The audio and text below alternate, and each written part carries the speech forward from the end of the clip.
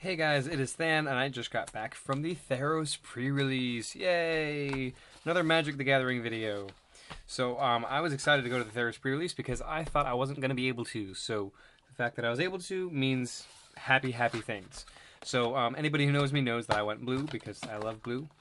Has this really cool letter, which is, they kind of went back to the formatting of the, of like Gate Crash and stuff, which I really like. I really like this kind of box, really useful kind of box. I like these kind of card things. I mean, most people just throw them away, but I think it's interesting to read them. I like the flavor of them. Have these deck strategies, which honestly really aren't that great. They just say oh, like blue, red, cast a lot of spells, and you can be aggressive. And this is sort of stuff that anybody would know. But I guess they're trying to get some more people who haven't done a lot of pre-release events to read these, I guess. But I know how colors work, so it's really not that interesting. But I do like having them. So in the actual package, you do get the spin down die. Obviously, I got the blue one. And I'll show you what I got and how I did. So let's see. Oh yeah, these are all the other cards I got. But I'll show you my deck first. First of all, the Philosopher was mine.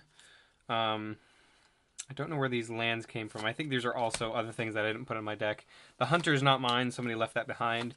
Golem Token is somebody else's. Let's just go to my deck first.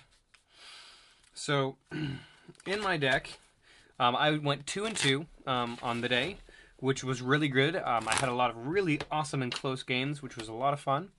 So I'll show you the deck that I ran. I ran mainly a blue-white deck, and I splashed red for a couple of cards, and I'll show you what those cards are. I pulled 3 Divine Verdicts, which really forced me to go into white, because 3 Divine Verdicts are excellent. Destroy target attacking or blocking creature, it's excellent in removal, and my whole deck strategy was just to kind of stall them out, just to kind of control the game and then wait for the big, massive blue beasties that I was able to pull and wait for those to come out. So I had Battle-Wise Hoplite. I had a couple of these heroic cards, but I didn't really activate them all that much because I did not have a lot of spells that targeted my own creatures. So this was basically just a 2-mana 2/2. Voyage's End, bounce a creature, and I scry 1. I had Dissolve, which is counter target spell, scry 1.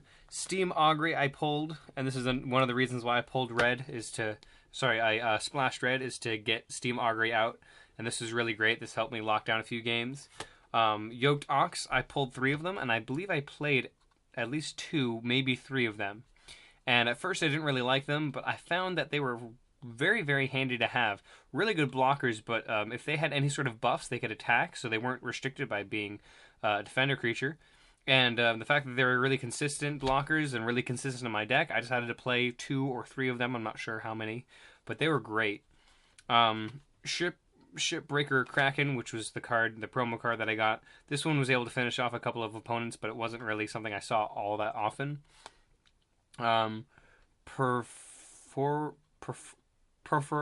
Emissary. Anyways, it's a 3/3, the new Bestow mechanic. It's 4 mana for a 3/3 that can't be blocked except by 2 or more creatures.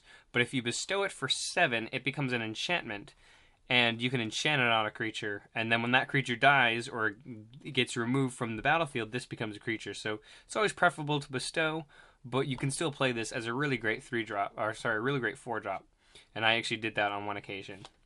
Glare of Heresy, destroy target white permanent. I think this is actually sideboarded in because the last person I played had a white deck. I think I actually sideboarded in Stemmed Hopes or something. This is a counter target spell unless they play 1, and you get to scry 1.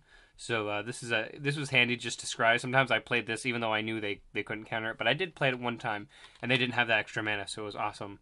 Sealock Monster, I pulled 2 of them, and I played both of them. They're 5 mana for a 5/5.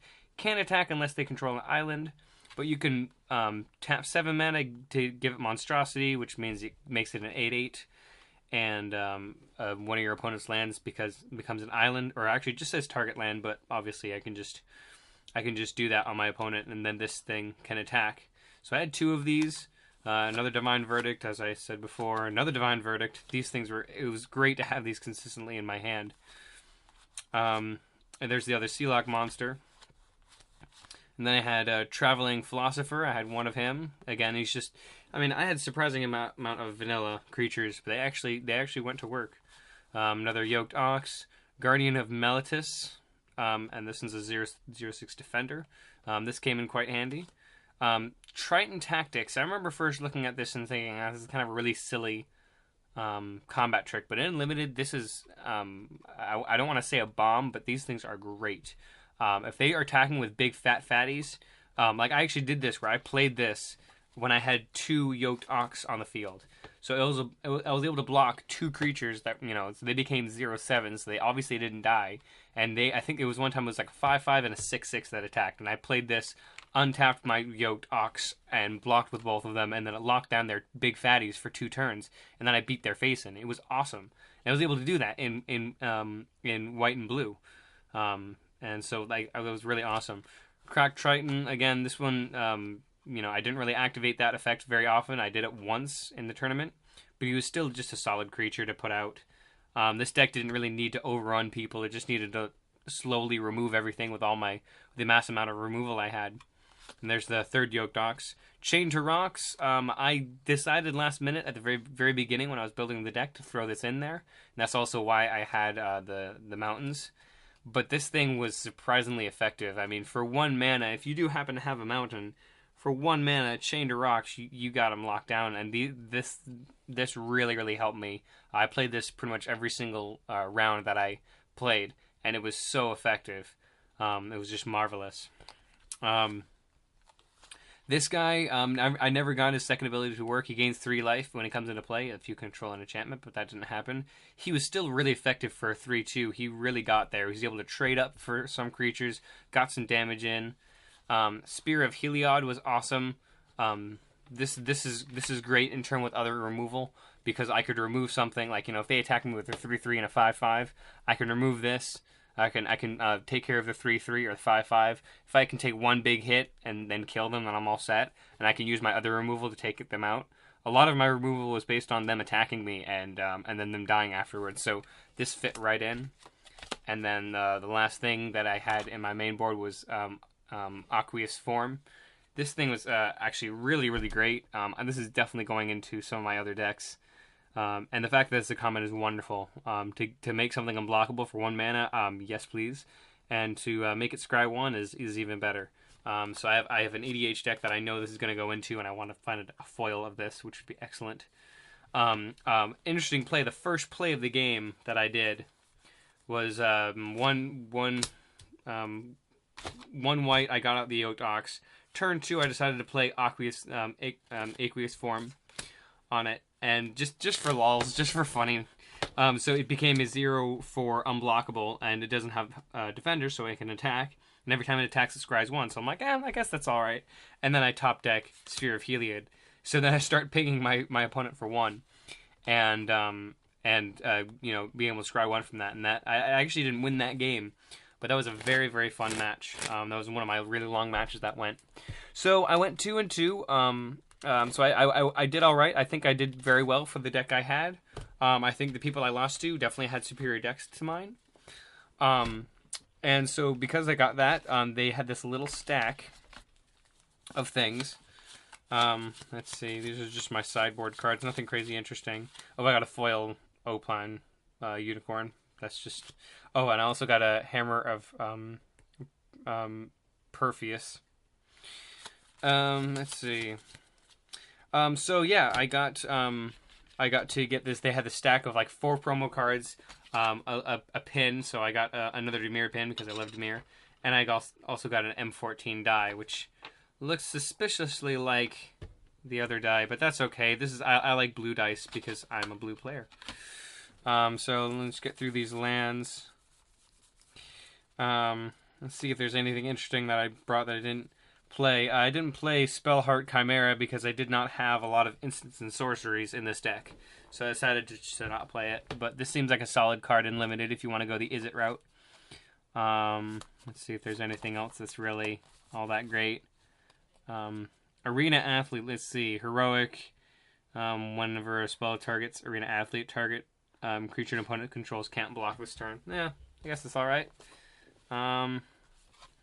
Let's see, Destructive Reveille, you destroy target artifact and enchantment and deal 2 damage. Let's see, Warrior Lessons is pretty good. Trying to see what other rares I pulled. Oh yeah, I pulled an Arbor Colossus, which is a 6/6 reach for 5. You can make it monstrous, and then when it becomes monstrous, destroy a creature with flying. So that's pretty cool. Abhorrent Overlord, which seems like an excellent card, but I certainly could not play it, not with the cards I had. 6/6 for 7, flyer. At the beginning of your upkeep, you have to sacrifice a creature, which I don't like because the whole point is that also, when it comes into play, your devotion, you get a 1/1 black harpy creature with flying for your devotion to black. But at the beginning of your upkeep, sacrifice a creature. Now, there are other cards that have that similar ability, but they're cheap for what they are. Like, if this was 6 mana for a 6/6 flyer and you get all that, but you still had to sack a creature each turn, that would be pretty cool. But I feel like it's overpriced for what it does. And but hey, this is a very black card. I'm fine with that. Let's see, what other things did I get? I got a foil Century of the Underworld, which sounds really awesome. Really expensive to regenerate it. Pay 3 life and pay a white and a black. But Flying and Vigilance 3/3, it's not bad. It's not bad. Rescue from the Otherworld, I'm glad I have this because this is a really cool card. Let's see, what other things we got here.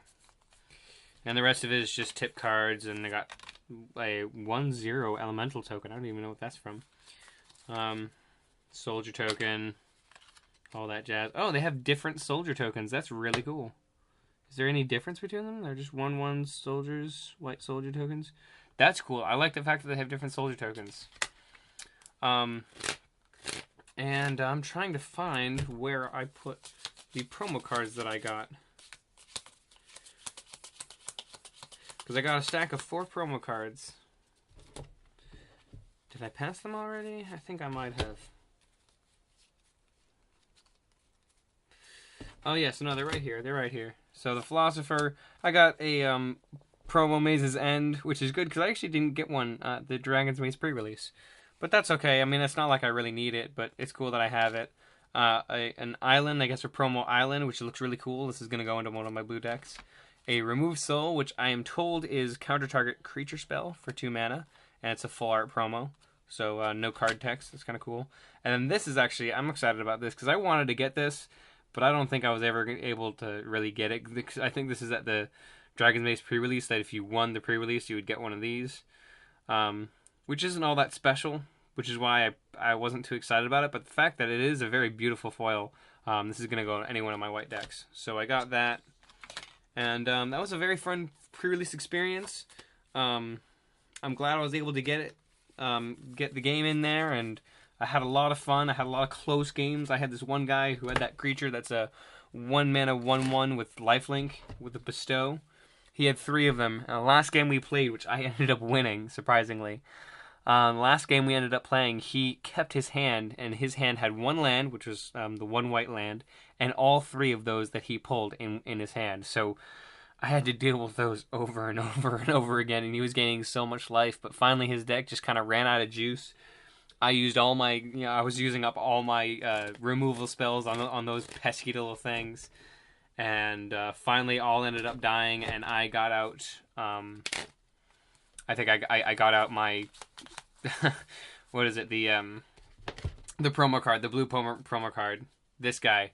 I got the Shipwrecker Kraken and then monster-sized it and just ran his face in. So it was a lot of fun. I did much better than I usually do, 2 for 2.